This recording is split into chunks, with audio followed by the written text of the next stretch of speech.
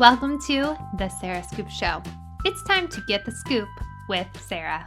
Hey, I'm Tammy Kaitz, and I hope you all check out Man Camp, which is streaming on Amazon right now for some fun laughs and giggles.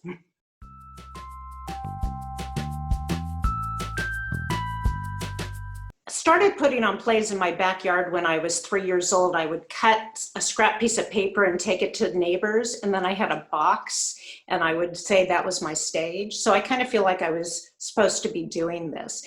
And then when I was in elementary school, I was looking through, I always loved the newspaper. And I was looking through the Denver Post, I'm from Denver, and I saw auditions for Peter Pan. And without telling my mom, I rode my bike 10 miles to the theater and I auditioned and got cast as one of the kids and then started doing theater in Denver.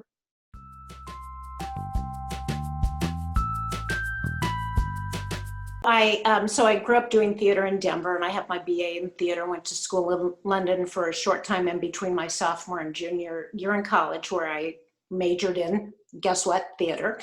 And I got tired of in Denver at that time.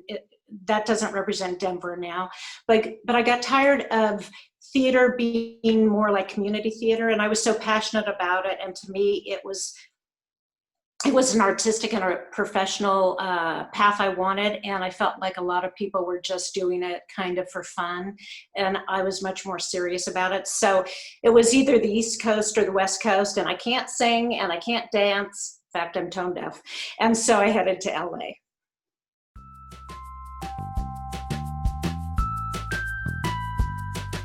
I love theater. I've been in a number of theater companies. I have a pretty good resume in theater. I haven't been on stage in a couple of years, and I really, really miss it. But I've been in plays that have run for months and months and months because they sell out. And no, theater's still a big part of my life. I think it always will be.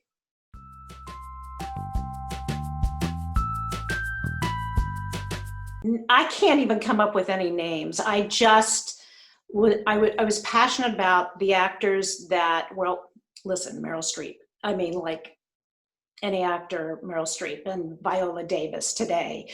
But growing up, Meryl Streep was really what she was able to do in terms of creating characters and, you know, full lives in terms of the people that she played. I guess I would say Meryl.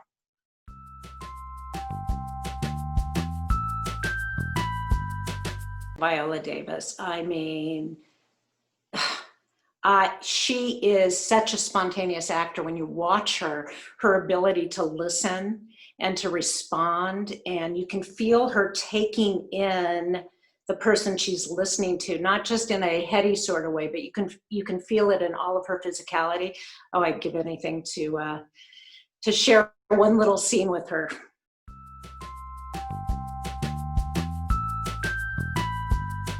Graduated from college from Boulder, University of Colorado, Boulder. And I stayed in Denver because I got cast in After the Fall at the Arvada Festival Playhouse. And I did the Arthur Miller play. And then I just felt like that I had to leap into my move to LA. And so I moved out here. I lived with my great aunt in West Hollywood and got a job immediately as a waitress because I had waitressed since I was 15 years old. And so that was easy. And then I started getting involved in acting classes, which gave me a whole community. That gave me my community. Also the restaurant business, you know, all the waitresses and the bartenders, everybody's an actor. So they would tell me what acting classes to take and what photographers to shoot with. And, you know, they were really my mentors, you know, the people I worked with in the restaurant business. And so LA was exciting. I mean, to be young and to be here and to be surrounded by other people my age that were all pursuing a career in the arts, we kind of just grew up together.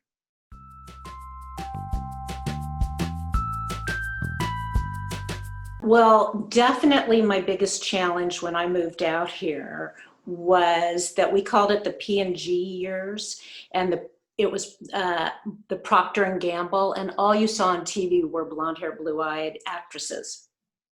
And I'm an olive skin broad, and you never, ever, ever saw my kind of ambiguous ethnic type. It really wasn't until Eva Longoria did Desperate Housewives that became an okay thing. And so it took me 5 years. I immediately started doing theater. I immediately joined a theater company. But it took me 5 years to get a job in front of the camera. And it wasn't lack of trying. I had agents and I had, but you just didn't see my look. But over the last 15 years, more diversity has taken place in front of the camera. And that's really, that made a huge difference for my career.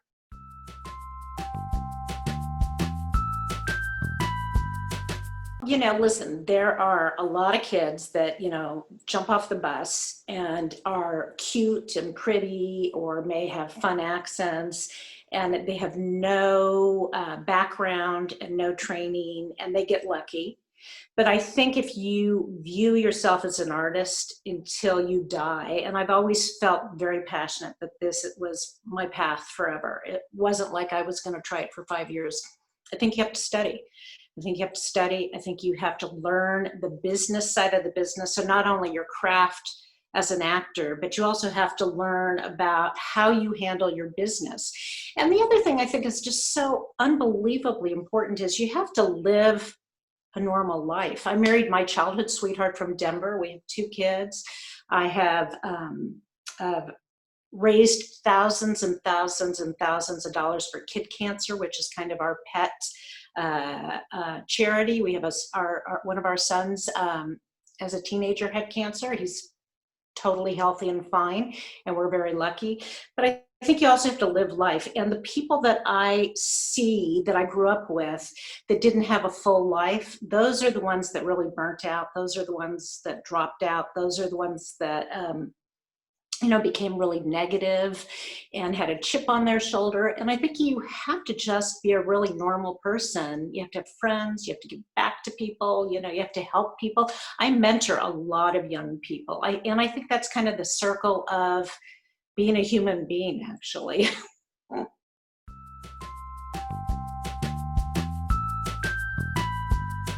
So I could name 4 of them.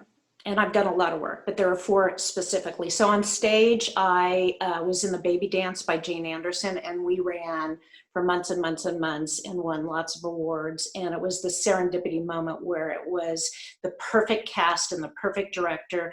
And it was the most powerful artistic thing I think I've ever been involved in. But equal to that is I did a play called Infinite Black Suitcase by E.M. Lewis. And I was in one scene. It was 12 pages of the script, and it was a woman that was widowed fairly recently, and she brings a man home from the bar to kind of practice with for the first time.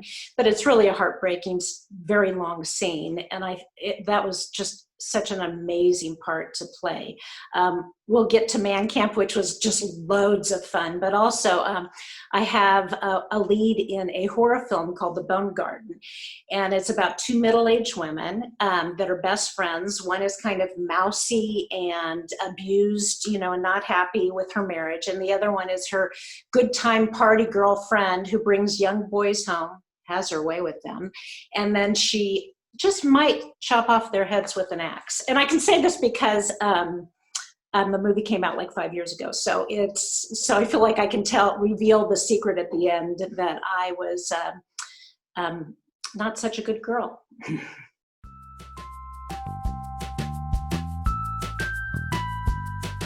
I definitely think I'm stronger doing contemporary work. I mean, there are actors that I've worked with and actors that I've seen that handle the classics brilliantly. I actually think that has something to do with the fact that I'm tone deaf. So I have a hard time like hearing the essence of something that's classical. So I really think it's actually more the contemporary stuff, but I love, the contemporary drama and the contemporary comedy. And the truth is just really slice of life. That is my favorite.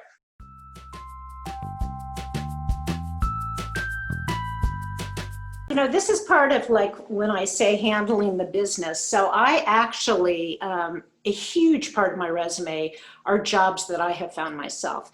So I happened to be lucky and I saw when they were casting this, and the role was described as Theresa, 52 to 54, mother of 3 boys in their 20s, somebody that can do comedy, drama, comfortable with some sexy romantic scenes, which I loved, and Mediterranean looking. So I go on IMDb Pro and I look to see if any of the people, the producers or the director, have any sort of contact list that I can reach out to them. And one producer had an email, and I sent him an email and I said, you need to audition me. I didn't say, may I audition? I said, you have to meet me. And they came to LA, and I walked in the room and I was like 100% prepared. They'd given me a comedy scene and a drama scene to do. And I was like this part was going to be mine. And I guess by the time I walked out, they felt that way too. Loads of fun. I was cast, and then a couple months later, I happened to be in New York with my husband, your lovely city on the East Coast, and happened to get a text from the producer, and he said, do you know Pete Gardner from Crazy Ex-Girlfriend? And I was a huge fan of such a fun series, and I'm like, yeah. And they said they just cast him to play my romantic counterpoint in Man Camp, and I was like, oh my God, that's so amazing. We had a blast.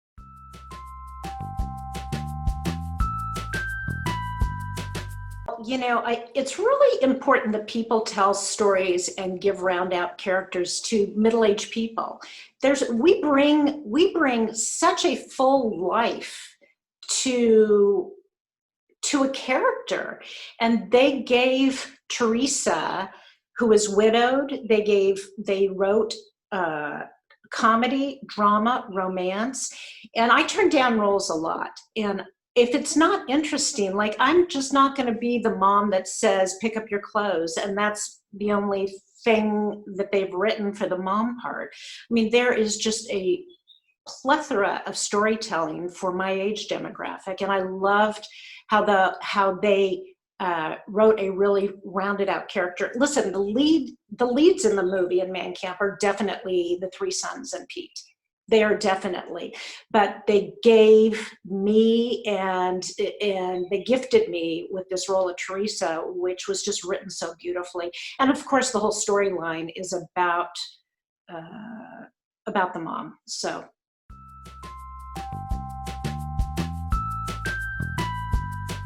Well, I would say every show, every theater production, and every time I'm in front of the camera is always special with who I'm working for, particularly on indie projects. I mean, in stage, you know, you form such a family unit.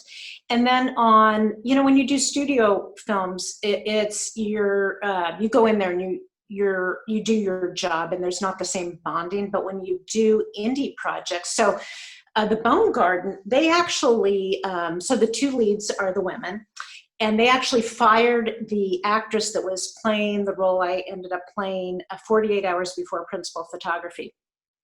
And I happened to know Tracy Savage through her brother, who had already been cast playing the other woman role.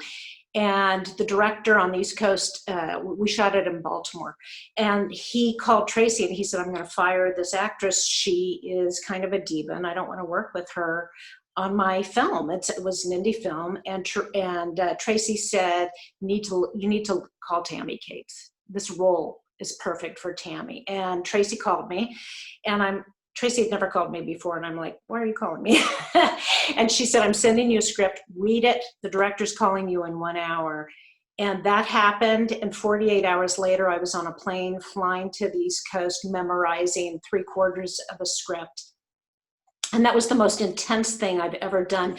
But it was we shot nights, and it was like this bonding, like from the craft services to the people that drove us to the set. It was such a family. And today, even on Facebook, there's so much communication that goes on because we like built a barn together, you know, and especially me jumping in at last minute, they all just helped me. They all made sure that I was taken care of.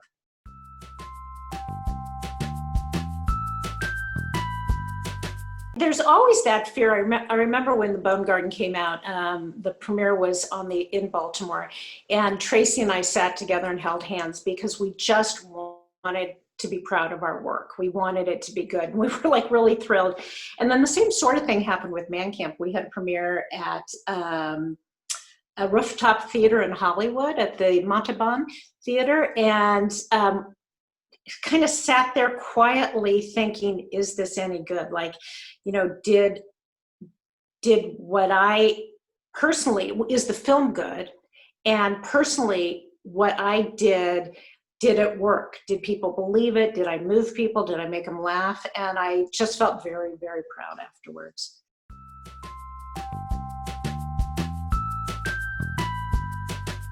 I've never felt like I've had fans, and I kind of don't use that word. I definitely have people that I've heard from that like my work, and I'm like thrilled. And I definitely have had a blast chatting about Man Camp when I was in Denver, a radio station. I got to be a guest there, and the truth is, I'm just really happy I've made my family proud. My siblings and my folks and I say children, our boys are in their 20s, and our sons.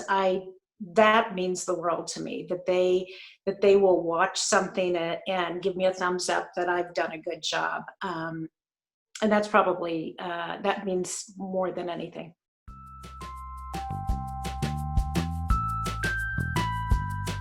Listen, I am blessed. I want to start with saying that I am so blessed that I have a lovely house to shelter in, and that I have a partner in life, my husband, my childhood sweetheart, that he's working from home, that we are partners in crime with this. Man Camp came out, and I believe that if the industry was alive, I could parlay it into auditions. And that hasn't happened because of COVID, the pandemic. But what I have been able to do is I've been able to talk to people, I've been able to do some interviews, and I've been able to at least promote Man Camp by bugging my friends to death to watch it, and for them to tell their children, and for their children to tell their children, because it really is a kind of a fun Animal House sort of wacky, comedy. It's not like a sophisticated comedy, but it's a great comedy with a lot of heart. And I think people are really, really surprised because it's an indie film that it's a good movie. We've gotten great reviews. And so the auditions, the industry hasn't really opened up, and I'd say COVID is a little bit tough for that. But, I wear my mask, and I've been able to shop for my neighbors, and I've been able to ask people what I can do to help them. And I'm a true believer in just giving back to mankind. And at some point, we will be looking at this pandemic in the rearview mirror of our car, and it will be behind us, and we will be living life again. We just need to take care of one another by wearing our masks and stay healthy until they have what we need to move past this in terms of the appropriate medication and stuff.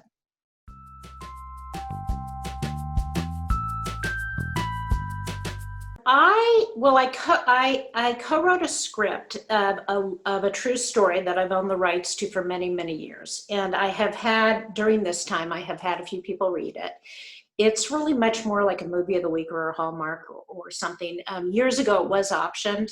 And at that time, the story was not a popular story that you saw on TV. So nothing happened with that. So I have that kind of in the back of my mind in terms of, as soon as things open up, trying to get the right people to look at it. And I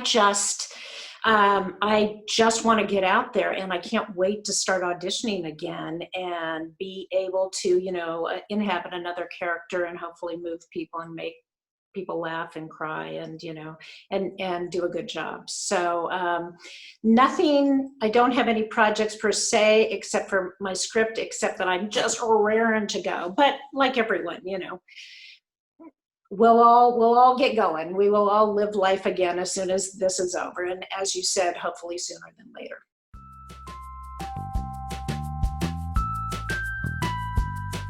Well, I would really love to have the opportunity to get in on the projects that are appropriate for me at that moment in time. I have spent many years working very hard finding my own projects, so I'd really love to be on people's lists and have them say, let's just bring in Tammy Kaitz because she's perfect for this. I mean, I have producers and directors that bring me, straight into the producers prior to the pandemic.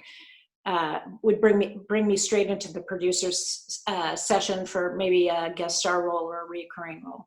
I have a few friends like that, but I would love to have the industry think of me as opposed to me chasing those jobs. I'd love to continue seeing stories that are relevant for middle-aged people, seniors, because there's that's great, just wonderful, wonderful stories that can be told.